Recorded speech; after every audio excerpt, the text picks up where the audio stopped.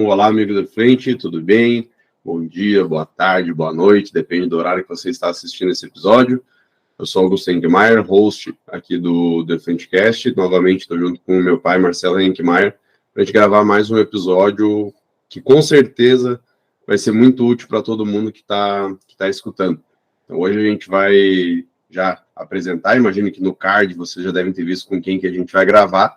Mas vou pedir também que o nosso convidado se apresente na sequência, fale um pouco da sua experiência, para então a gente começar a conversar sobre biomídias, né? A gente vai falar um pouquinho de tudo, né? O que elas são, como que elas surgiram, para que servem. Esses dias em um dos grupos do WhatsApp deu uma, vou chamar de confusão, mas deu uma discussão maravilhosa sobre esse tema, e foi daí até que surgiu a nossa ideia de fazer essa gravação junto com o Fábio. Já tínhamos nos conhecido na FENASAM, né, já tinha feito o primeiro contato, e o Fábio falou lindamente sobre esse tema lá no grupo, então a gente decidiu, do grupo para a internet, trazer aí um episódio sobre isso. Então vou pedir também que o pai se apresente aí, para quem ainda não o conhece, e na sequência eu vou pedir, Fábio, que você, por favor, se apresente, pode falar o que é Ecoclass também, para quem ainda não conhece, que devem ser poucas pessoas que não conhecem, mas que todo mundo fique sabendo aí da Ecoclass, beleza? Olá, pessoal do Frentecast, muito bem-vindos a mais um episódio. Sou Marcelo Henkmeier, químico industrial, mestre e doutor na área de engenharia, e trabalho aí com Efluente já faz quase 30 anos. E junto com Augusto, meu filho, estamos à frente desse desafio do podcast, trazer um pouquinho de conhecimento, entretenimento na área do saneamento, na área do meio ambiente, especificamente na área de tratamento de efluentes. E já de antemão agradecer o Fábio pelo aceite de fazer um episódio com a gente nessa linha de biomídias. Eu acompanhei o grupo lá, o que o Augusto falou, e sempre é um assunto muito interessante, ó, chama a atenção de muitos, e eu acredito que esse episódio, sim, vai ser útil para muita gente. Então, Fábio, mais uma vez, obrigado. Peço aí que você se apresente para o nosso público e que a gente, de fato, possa fazer essa conversa aqui no Efluente, no podcast, que, quando disponível, isso torne-se útil para todo mundo que está nos assistindo, nos ouvindo. Bom, então, fazendo eco ao que o Augusto acabou de falar, um bom dia, boa tarde, boa noite aí para todos que estiverem nos vendo. Marcelo, Augusto, me sinto lisonjeado em estar aqui com vocês. Sempre que posso acompanho os podcasts. Estou aprendendo a criar esse hábito dessa nova cultura nossa pós-pandemia, porque veio junto com esse nosso isolamento, essa facilidade de ouvir as pessoas e aprender a não ouvi-las no presencial, porque é uma arte isso, né? No começo o pessoal quer assistir 1h30 seguida, aí depois percebe que não precisa, pode ir em doses homeopáticas, mas é um prazer imenso estar aqui. Aqui eu estou como a gente comentou agora há pouco, estou como CPF e CNPJ, estou como o Fábio Campos e estou como o Dr. Fábio, sócio da Ecoclass.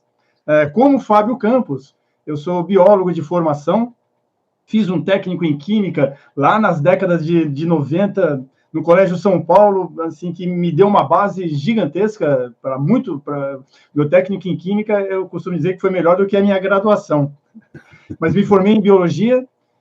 Na sequência, assim que eu me formei em biologia, tive a oportunidade de ingressar no laboratório de saneamento da Escola Politécnica, lá na USP, onde eu vou completar 30 anos agora, dia 25 de abril.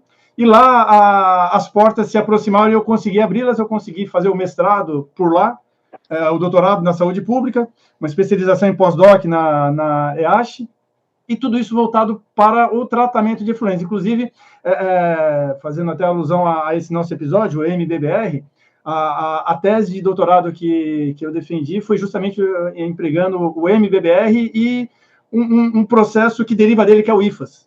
Então, como CPF, estou aí na labuta do saneamento já há quase uns 30 anos. Como CNPJ, sou sócio do Dr. Senna e do Lucas na Ecoclass, que é uma plataforma de cursos e treinamentos, que é um braço da Ecologic, e é onde nós prestamos também serviços de consultoria e operação. Estamos juntos também interpandemia, já entramos no mercado, felizmente, até agora fomos muito bem acolhidos, esperamos que continue esse bom acolhimento, porque tem gente muito boa disputando palmo a palmo, mas é uma disputa sadia e honesta, porque Vocês devem saber muito bem, na área de saneamento tem espaço para todo mundo. A gente não precisa se preocupar que alguém venha puxar nosso tapete, a gente puxar o tapete de ninguém. Tem tanta coisa para ser feita que, por enquanto, a sombra para todos. Pode ser que daqui a uns 10, 15, 30 anos, alguém escute isso e fale, nossa, que vontade de ter vivido essa época. Hoje a gente tem que batalhar aí na unha.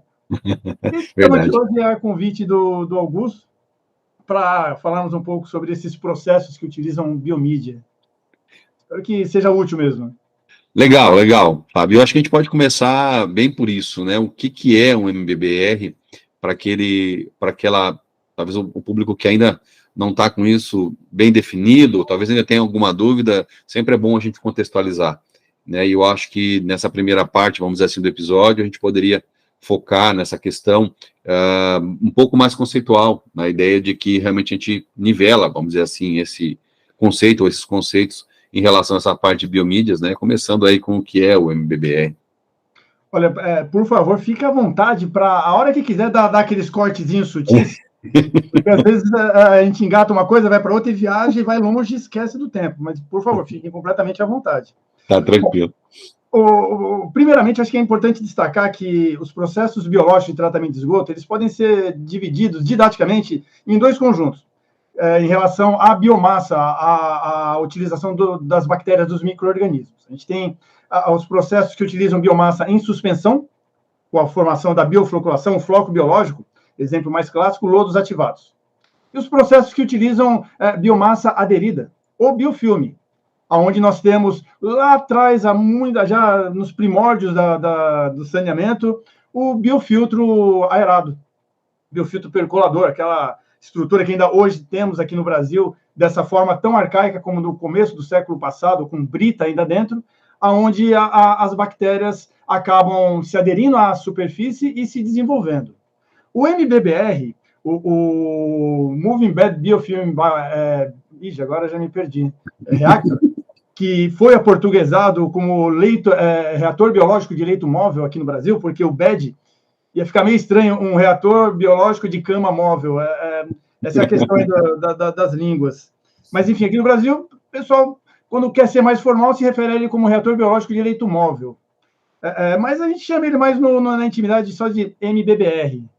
O MBBR, ele é um processo que ele nasce na esteira dos filtros biológicos percoladores, partindo da premissa da utilização de biomassa aderida.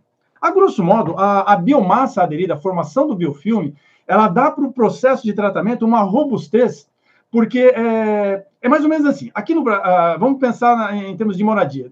Nos Estados Unidos, você vê as casas dos norte-americanos, nos filmes, não tem parede, não tem grades, não tem portão, aquele jardinzinho bonitinho e já a porta da casa. Aqui no Brasil, nós temos muros gigantescos, arame farpado, ouriço, choque, câmera, um monte de proteção até chegar à nossa porta. Comparando, o floco biológico é a casa do americano. O floco biológico, ele é uma estrutura que está em contato, a bactéria está em contato muito íntimo e direto com o meio externo, com o efluente que lá entra. Isso quer dizer que cargas pontuais com algum conteúdo tóxico, uma mudança no ambiente, afeta muito rapidamente as bactérias que estão nesse conjunto, nesse agregado biológico. O biofilme, ele baseia-se na adesão pela habilidade e acúmulo de bactérias que liberam o EPS, o mesmo polímero exocelular que tem lá no floco biológico. Porém, as bactérias que formam o biofilme, elas desenvolvem um mecanismo de comunicação rudimentar chamado common sense.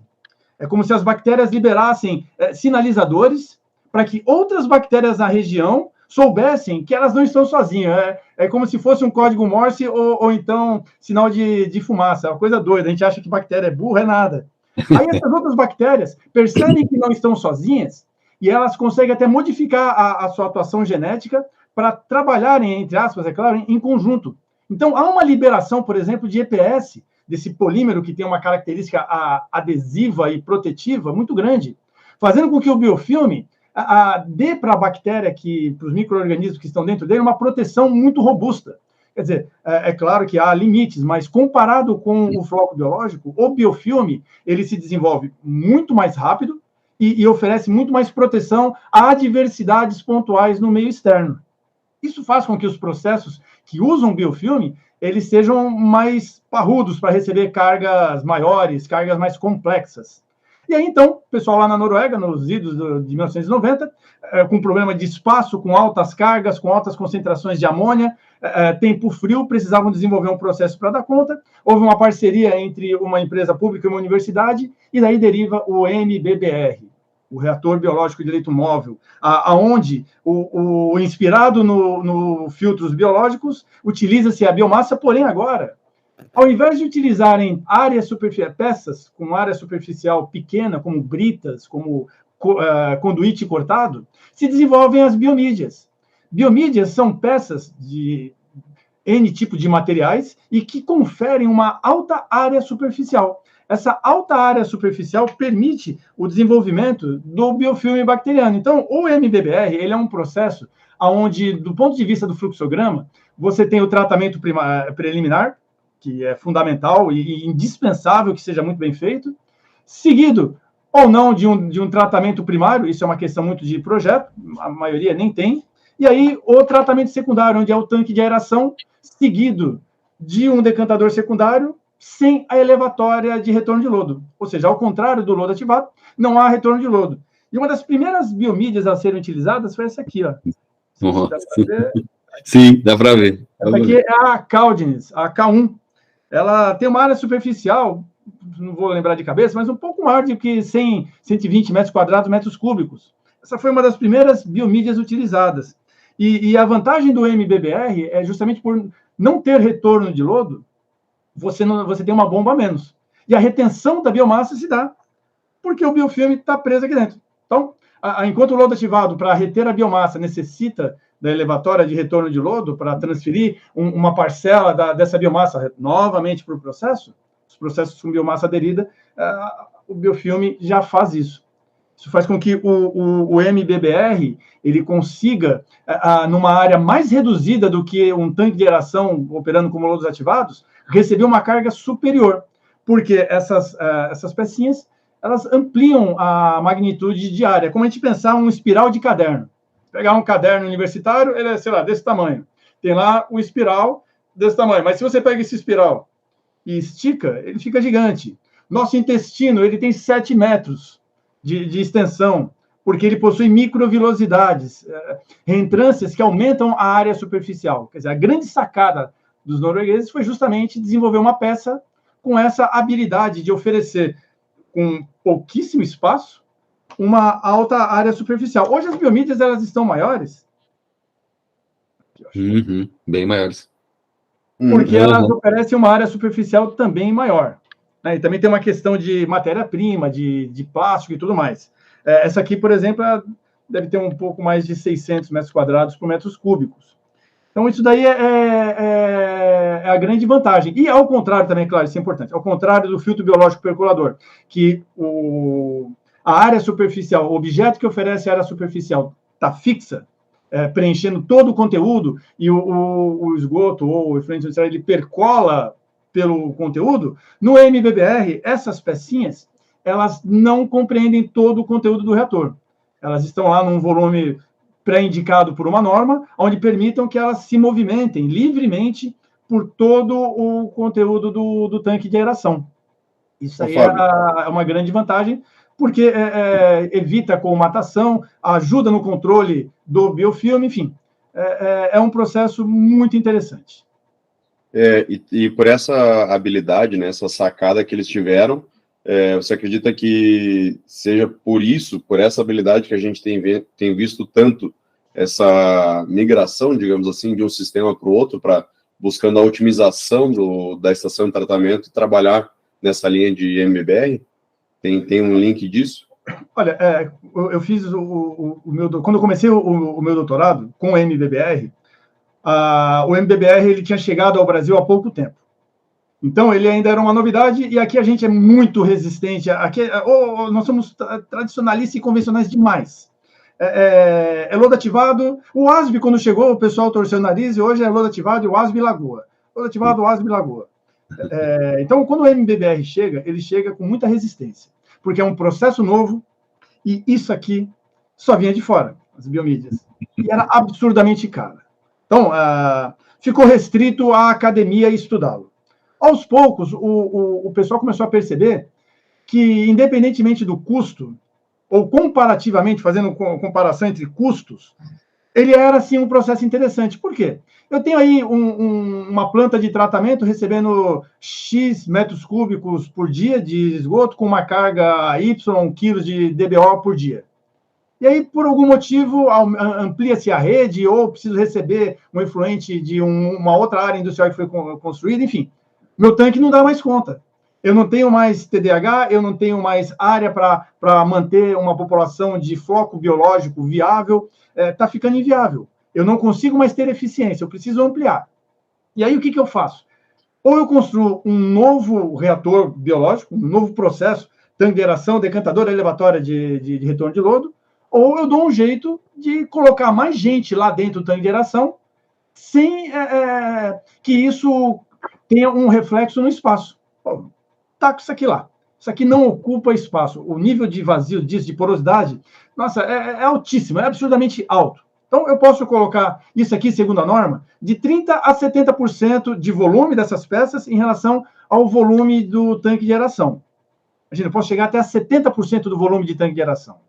Isso aqui dá um volume gigantesco para essas peças, que tem hoje uma variedade imensa de ofertas de área superficial. Isso faz com que eu consiga duplicar, triplicar a minha população de bactérias hábeis para degradar o esgoto que está chegando. Ou seja, eu consigo...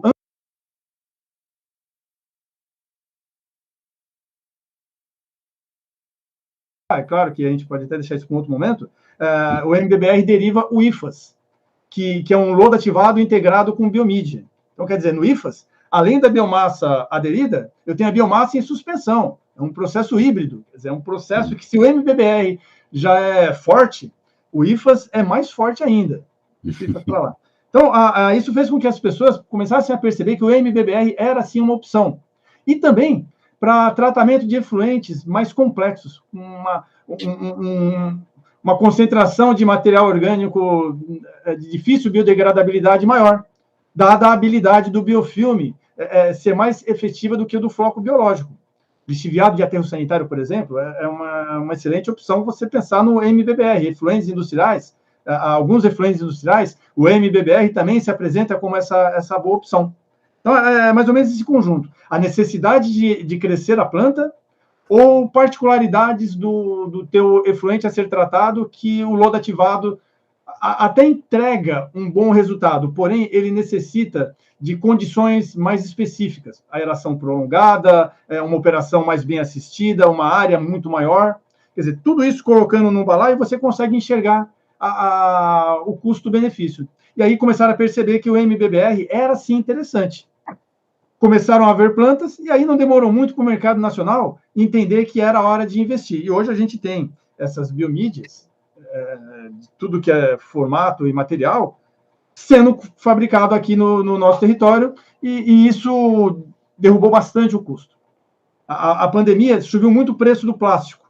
Isso daí derrubou um pouquinho o avançar do MBBR. Não fosse o evento da pandemia, hoje nós teríamos muito mais plantas com MBBR, mas por conta de todo o contexto, diversos projetos que estavam previstos ao MBBR acabaram voltando para lodo ativado para tentar baratear e dar um jeito, mais ou menos assim, operação, está aqui a chave, agora você se vira com o que tem. Uma dúvida que pode existir, né, com relação, quando tu fala do sistema MBR, ele efetivamente tem um decantador também, né, para esse controle, vamos dizer assim, dessa, não sei se aqui a gente poderia chamar de idade do lodo, né, mas que eu tenho realmente, como eu tinha lá nos filtros biológicos de percoladores antigamente, eu tinha uma retirada de biomassa, né, eu tinha um excesso de biomassa que vai sendo gerado. Então, se mantém um decantador, só não tem um retorno, por essa questão de que a biomídia está associada, vamos dizer assim, a esse processo de fixação da biomassa, que com lodos ativados convencionais, eu acabo não tendo, né? Exatamente. Boa parte não, diria que com exceção dos reatores anaeróbios, como o ASB, fossa filtro, é fundamental uma etapa de clarificação, de separação da biomassa que se desprende ou que passa do secundário, lá do trem de aeração, do líquido clarificado. O decantador secundário, ele acaba sendo digamos que um item indispensável para processos que visam a remoção de carga de vazões altas. Não dá para não ter. Uhum. No MBBR, a função dele é igual ao do lodo ativado, é clarificar. Porém, o lodo separado, o lodo retido, ele vai direto para a linha de tratamento de lodo. E aí tem uma questão interessante, porque o MBBR ele é um processo que visa ao crescimento de biomassa aderida, de biofilme bacteriano. Então, todos os parâmetros operacionais, todo o projeto visa a oferecer condições para que dentro cresça o biofilme. Eu não quero que haja uma biofloculação, eu não quero que forme floco biológico. O sonho de consumo seria ter apenas no tanque de aeração o líquido que entra e as biomídias. E dentro das biomídias, a biomassa. Mas a gente não consegue combinar com os eventos fortuitos da natureza e a dinâmica da vida, e isso não acontece. E isso, na verdade, não acontece e é até bom. Por quê? O biofilme ele vai se crescendo aqui dentro. E aí é necessário esse crescimento, ele é relativamente controlado por uma questão interna do biofilme, no que diz respeito à sua autooxidação. Quer dizer, as próprias bactérias vão morrendo, vão crescendo, se você consegue controlar a relação alimento-microorganismo, pensando no floco biológico. Mas não tem como esse biofilme não ir aumentando de espessura. Quer seja porque a contínua liberação de EPS vai absorver material particulado, quer seja porque a própria população de bactérias está crescendo. Enfim, ele vai crescendo e pode chegar ao ponto de repente, colmatar todas essas colmeias. E aí isso é ruim, isso perdeu todo o processo. É por isso que eu comentei do preliminar. O preliminar é importante porque se você deixa passar resíduos minimamente grosseiros, eles podem obstruir isso aqui e aí você perde seu sistema. Então, as questões hidrodinâmicas, elas têm uma importância muito grande no MBBR no que se refere ao controle da espessura do biofilme. Eu preciso que o esgoto ele passe aqui por dentro. Ele consiga provocar uma erosão proposital no biofilme para ir raspando a parte superior, erodindo-a, para fazer com que o biofilme fique com uma espessura mínima, porque quanto mais fino é o biofilme, melhor é a difusibilidade de gases e substratos para o seu interior, e melhor também é a difusibilidade da saída de gases de processos metabólicos e resíduos do metabolismo bacteriano de dentro para fora. Biofilme bom é um biofilme fino. Então, esses processos de cisalhamento que ocorrem é muito bom. Porém, para onde vão esses tecos que são arrancados do biofilme? Vão para a fase líquida, formando pseudoflocos biológicos. Por que pseudoflocos biológicos? Não é fruto da biofloculação, do ideal encontro das filamentosas com as formadoras de floco, aquela estrutura que a gente vê nos lodos ativados. É um pedaço que foi arrancado de um biofilme e que vai ficar em suspensão. Eventualmente, essa biomassa em suspensão que se forma, ela não tem uma boa sedimentabilidade. Ela pode ir para o decantador secundário e não apresentar velocidade de sedimentação dentro do TDAH do decantador e promover uma boa clarificação. Não é uma regra, mas também não é uma exceção. É uma causalidade que você tem que esperar quando trabalha com MBBR. Por isso que, eventualmente, no decantador, ou entre o tanque de aeração e o decantador, você tem uma assistência química. Aplicação de algum coagulante, de algum polímero, para facilitar, promover essa agregação e otimizar a sua sedimentação. Então, de alguma forma, você tem que garantir que essas partículas não saiam lá no seu efluente final. Digamos que um conjunto que ofereça uma solução em definitivo é o caríssimo MBBR seguido de flotador por ar dissolvido. Uhum. Você está falando de dois processos caros, porém que aí acabou a vida do operador, ou da operadora, se forem equipamentos bem construídos, tudo bem dimensionados e coisa e tal, vai ser tranquilo. O flotador ele não vai te dar esse problema, ele vai arrancar mesmo. Ele vai substituir o decantador secundário e vai promover a boa clarificação do efluente final, mas realmente tem que ter decantador. Ah, legal, muito bom. E eu acho que só dentro dessa parte inicial que a gente poderia falar um pouquinho mais é sobre essas diferenças entre as biomídias, de fato, né? Ou quando uma talvez pode ser então mais adequada, enquanto outro tipo de formato, a própria questão da área em relação ao volume, né, de cada uma, como que isso pode o que de conceito eu tenho por trás disso, o que eu preciso saber na hora de aplicar, né, as biomídias. Entendi, boa.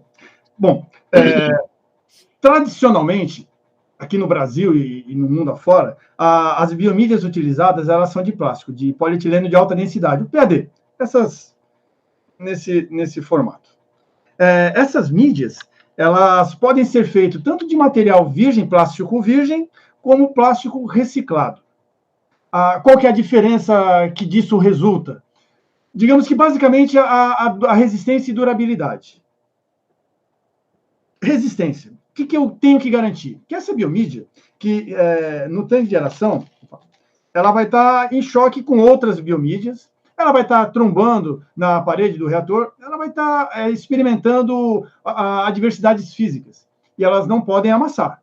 Se ela amassa, eu perco alguns favos internos, perco área superficial. Ou seja, eu tenho que garantir que no meio da turbulência provocada, ela consiga manter a sua integridade física por mais tempo possível. Algumas mídias, tanto de material virgem, que são essas brancas, como a de material reciclado, que são as de cor preta, elas não conseguem garantir isso. As de cor preta, que são de material reciclado, e essas, mesmo vamos falar das duas juntas, por que elas não oferecem isso? Por economia de material. Eu tenho que garantir uma densidade desse cara aqui de até 0,96, mais ou menos, bem próxima da densidade da água. Por quê? Eu tenho que garantir que isso aqui não boie e não afunde. Eu tenho que garantir que isso aqui agregue um pouco de massa e consiga minimamente afundar, e aí o influxo do sistema de aeração jogar para cima, a massa dela permitir que ela afunde bem lentamente, e o ar joga ela para cima, e assim ela circule pelo tanque de aeração, ela fluidize. Galera quer economizar para ganhar mais, coloca menos material, além dela ficar mais mole, factível a deformidades, ela pode também boiar de repente. Então, a espessura das paredes internas é muito importante. O pessoal costuma fazer o teste da pressão dos dedos, né? Vai lá e aperta. Aí, puxa, isso é muito relativo. Isso não vai acontecer, não vai ter o ar. Fala, aquela biomídia, vamos lá, gente. Ar daqui, ar de lá, vamos lá, aperta. Não acontece. Né? Mas é claro, se eu pego uma biomídia e eu faço a mínima pressão e ela já toda molenga, posso esperar que não vai ser muito legal. Então, as biomídias de material virgem tendem a ser mais resistentes, mas também elas podem ter esse problema por conta de economias no material. As biomídias de material reciclado, elas tendem a deformidade com mais facilidade, por conta das características do material. É claro que, percebo que, até comentei isso lá nesse evento, no grupo, percebo que o mercado ele tenta demonizar a biomídia reciclada como algo ruim, algo... você é pobre, por isso que você vai comprar a biomídia reciclada. Você vai fazer uma estação porca, você vai usar a biomídia reciclada. Mas não. Existem biomídias recicladas e biomídias recicladas. Existem biomídias de material virgem e biomídias de material virgem. Bom e ruim, tem tudo. Vai depender do escopo do teu projeto. O que você pretende? Quanto tempo você precisa manter em operação? Porque a gente entra na questão da durabilidade. Uma biomídia de material reciclado, com uma boa parede, uma boa dimensão de parede, espessura de parede, oferecendo uma boa resistência, dura aí 5, 6 anos, tranquilo. A de material virgem boa também vai durar uns 15, 20 anos. Mas depende do meu horizonte de eventos e da análise de custo e benefício que eu faço. Então, o que eu não posso é comprar às cegas. Eu tenho que tomar muito cuidado. Então, essa é a dica que a gente dá. Você quer migrar de lodos ativados, de Lagoa para MBBR, não conhece esse processo, não conhece o mercado? Contrata um consultor. Ecológico aí, por exemplo. Contrata, porque o dinheiro que você vai investir, você não vai gastar, vai te permitir que você seja mais assertivo no mercado. Você não vai se aventurar. Não sendo, e por favor que isso fique muito claro, não sendo taxativo. Hoje a China, o mercado chinês está invadindo. Nós temos biomídias vindas da China à torta e à direita. Eu não sei qual pessoa que compra material da China que consegue ir até lá para ver a fábrica, para ver como que é fabricado. Porque imagina, você recebe lá 50 metros cúbicos de biomídia. Como que você vai saber se ela tem a área específica que você comprou? Você precisa confiar no camarada. Como que você vai reclamar se depois você perceber que ela não tem a resistência que você pensou? Que garantias que você vai ter, né? Aqui no Brasil você consegue visitar a fábrica, conhecer o vendedor, fazendo realmente uma propaganda para o mercado nacional, que é de qualidade, vale a pena investir no mercado nacional. O problema é que aqui, enquanto eu demoraria, sei lá, por exemplo, 1 mês para te entregar um pedido alto, vindo da China, nem ia passar pelo Paraná, já ia direto para você em questão de semanas. Eles têm lá para pronta entrega o que você precisar, e num custo competitivo. Isso é muito atrativo, mas perigoso. Então, é muito importante que eu entenda a qualidade da biomídia, porque se ela começar a quebrar, se ela começar a amassar, ou se ela boiar no meu tanque de aeração, é a área superficial que eu estou removendo, que eu não vou conseguir avaliar, e essa área superficial vai influenciar em todo o dimensionamento de carga aplicada e o reflexo vai ser na minha eficiência. Então, as biomídias de PAD, elas são muito utilizadas com área superficial que variam de 100 a quase 2.000 metros quadrados por metros cúbicos. Um outro segmento, não sei se pode dar continuidade a essa... Tranquilo? Só para falar do outro tipo de biomídia? Vamos fechar esse raciocínio e aí depois a gente... legal. Então, porque um outro conjunto de biomídia são essas aqui, de poliuretano, de espuma. As biomídias de poliuretano, elas são tão antigas quanto as biomídias de PAD. Se você pegar o Metcalfe, mais a versão mais antiga, já está lá falando de biomídia de poliuretano. Porém, os fabricantes deram uma bela pisada na bola. Fizeram um produto horrível, que se desfazia, que entupia, que boiava, que não fluidizava. E isso fez com que, durante décadas, as biomídias de poliuretano de espuma fossem deixadas de lado. Solução, assim, barato para resolver de mentira problemas. Porém, já de um tempo para cá, o mercado começou a oferecer biomídias de poliuretano bem resistentes. A gente tem bons exemplos no mercado. Essa aqui, por exemplo, ela é de espuma e ela tem essa cor preta porque ela é embarcada com carvão ativado. Então, nós temos até um pouquinho caindo aqui na minha mesa ainda, de excesso de carvão ativado. A área superficial dessa biomídia é a área superficial da espuma, mais a área superficial do carvão ativado que ficou grudado na superfície dessa espuma. Essa daqui, por exemplo, estima-se uma área superficial de 14.000 metros quadrados por metro cúbico. E ela tem uma resistência muito grande e ela também não colmata, ela não entope. Quer dizer, qual das duas é melhor? Essa aqui que tem 600 metros quadrados por metro cúbico, essa aqui que tem 14.000 metros quadrados por metro cúbico. Vou querer colocar essa aqui que dá mais área. Não é por aí. A melhor vai ser aquela que atenda ao meu projeto e ao quanto eu tenho no bolso. E a área que eu tenho para construir. Todos esses são os principais norteadores. O que eu quero do meu projeto, a área que eu tenho que construir e quanto eu tenho de grana para poder ver para onde que eu vou. As duas são muito boas se bem aplicadas. As duas são muito ruins se mal aplicadas. Então, essas biomídias de espuma, elas hoje têm uma resistência, tem plantas na Europa, na Ásia, com já 15 anos com elas lá, e sem alterar a estrutura externa, seu formato físico, e sem colmatar. Então, também é sim, uma boa opção. O que depõe contra as biomídias de poliuretano? O tempo de uso do mercado, o tempo de uso hábil, de uso com qualidade. Você vai no Google da vida, coloca lá, pesquisa com MBBR, vai vir de 10 artigos, 15 vão utilizar biomídia de PAD. Se você for pesquisar artigos, dissertações, teses, material acadêmico com biomídia de poliuretano é muito pouco. Poucas plantas usam. E aí a gente recai naquilo que eu comentei com vocês, da resistência boa do brasileiro em mudar, em ousar.